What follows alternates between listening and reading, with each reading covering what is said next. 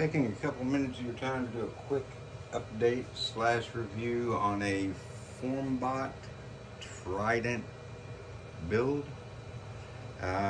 Purchased the kit back in November. Build is very straightforward using Boron Designs documentation.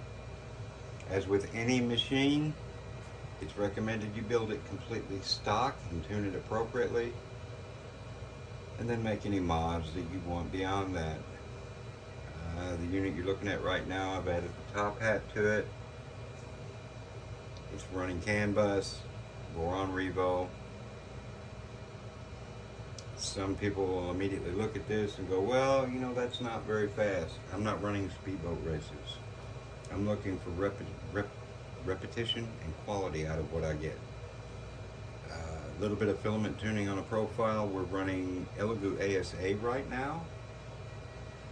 Using Prusa Slicer, all I did was input my input shaper results into it and adjust it for temperatures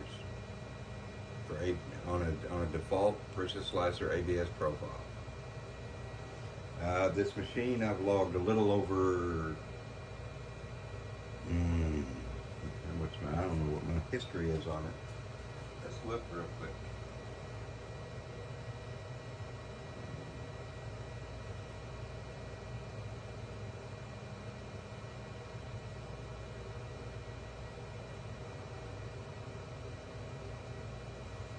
After a few resets and tweaking and trying with it, I've logged a little over 300-400 hours on it. I've got a Bamboo Labs. I'll be honest with you. This is my go-to.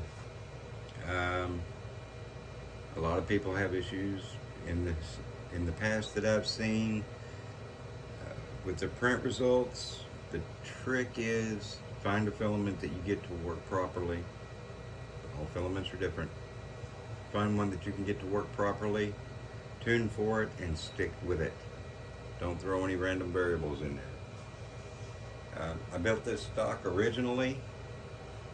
It's presently running a Manta MAP and a CB1. We were also running CAN bus, beefy idlers, and a top hat. But just to be a little bit different, I decided that the filament that I was going to use to do this build when I was printing my parts, I used color changing ABS. So when this thing's completely cool, everything on it is, all the primary parts are gray and accent colors are blue. But when it heats up, warms right up, everything turns white.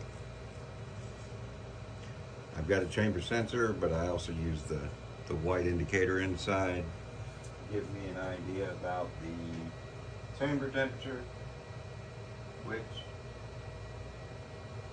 I'm running 45°C right now, and it's printing ASA. No issues with it whatsoever. So if you're looking for a self-source alternative and a budget-friendly kit, perhaps the Formbot is something you'd like to consider.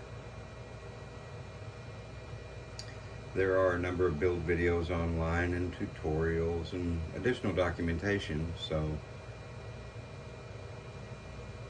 I'm sure that given a little bit of time and effort, you'll be able to produce a printer that gives you very enjoyable results.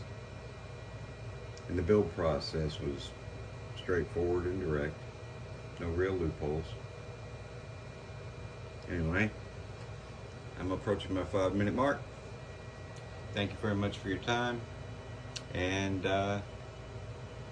good luck. If you get one, let me know about it in the comments. I'd be interested to hear your own perceptions. Thank you.